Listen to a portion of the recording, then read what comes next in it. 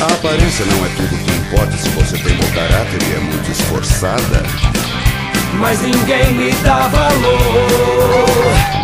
Essa história da garota muito feia e magricela, de aparência esquisita, que era triste e matusquela, que procura um grande amor, com sua coragem e com determinação, ficou linda e poderosa, teve uma grande transformação.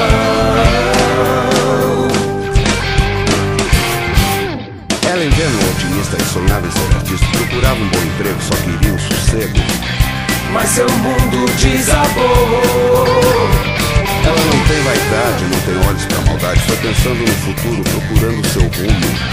Seu destino ela mudou, com sua coragem e com determinação, ficou linda e poderosa, teve uma grande transformação.